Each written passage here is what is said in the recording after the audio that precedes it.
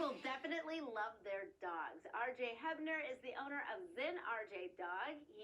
He's joining us now with Baron here, and he's a dog trainer. Tell us a little bit more about what it is that you do and how you came to do it. Well, when I was young, or my earliest childhood memory is receiving my first dog. And my next earliest childhood memory was when he was hit by a car because he wouldn't come to me when I was calling him. Oh, I'm so sorry to hear that. Thank you. But ever since then, I've been haunted by that and always never wanted that to happen again. So I got into dog training early. And when I started learning how to do it and sharing that with other people, it was such a thrill. And it was just amazing to be able to give freedom to people and their dogs. Yes, and peace of mind. Exactly, exactly. Safety, freedom, and all that comes with a well-trained dog, a well-educated dog. And you do this a little differently. You say Zen. Tell me a little bit about how it is that you go about training a dog. Well, my motto is calm on command. But to get there, I tap into the dog's instinctual drives. And I play games with the dog to build up their excitement and then turn it off. Okay. Build up their excitement and turn it off. Why do you think so many people have, I guess, challenges when it comes to their dog's behavior? Well, he's a puppy too, Baron is. He's being very good for a puppy. He's been training with me. No, buddy. Come on, buddy. He's been training with me for a week and a half. So a week and a half? He's very new into his training. Wow, okay. If you would have met him a week ago, he would have been jumping all over, mouthing your feet, like just a complete spinning, just a complete lunatic. So why do you think that is? I mean, like for us, I've got a Frenchie, and he has good days and bad days. Sometimes, I guess it depends. But why do you think it's a challenge for people like myself to sort of, always have sort of control over their dog? There's a lot of factors, but I would say the leading factor, the most impactful factor is your relationship with your dog.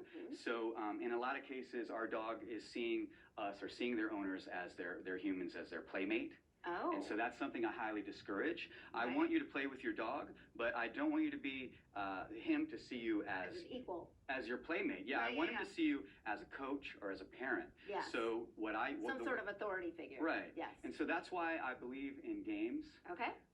The games teach a dog how to respect boundaries, that following rules is rewarding, and that taking the guidance from his coach is always helping him win the game. So if communication is important, how do we improve it? And you can show us too, I mean, whatever you want to do, but how do we improve communication with our own animals at home? Well, first of all, a dog's first language is body language.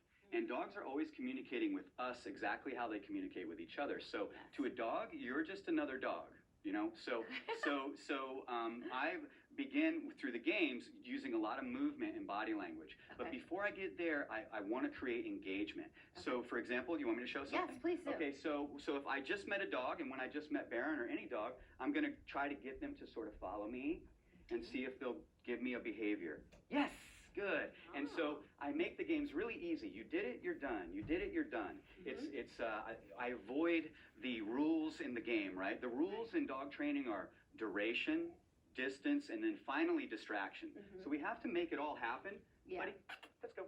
So the first thing I want is engagement. If I don't have your focus, if I don't have your engagement, I can't teach you anything, right? So I have his engagement. Yes, good boy. So once I have engagement and focus, then I can start teaching him things like using this body language to be like this. Yes, good boy. And now we're not adding duration yet, right? Because he's just learning the meaning of the command, but you're saying you haven't given him a command yet. But I've given him body language, right? So once he knows what I'm asking for with body language, then I'll name it. Buddy, look at me. Place. I always ask for focus. And you got it. Very good. And now we turn it off. Place.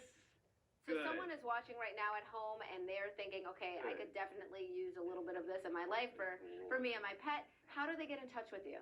What should they do? Well, the best way to actually, if you want to train with me, the best thing to do is go to my website and fill out a contact form, zenrjdogtraining.com.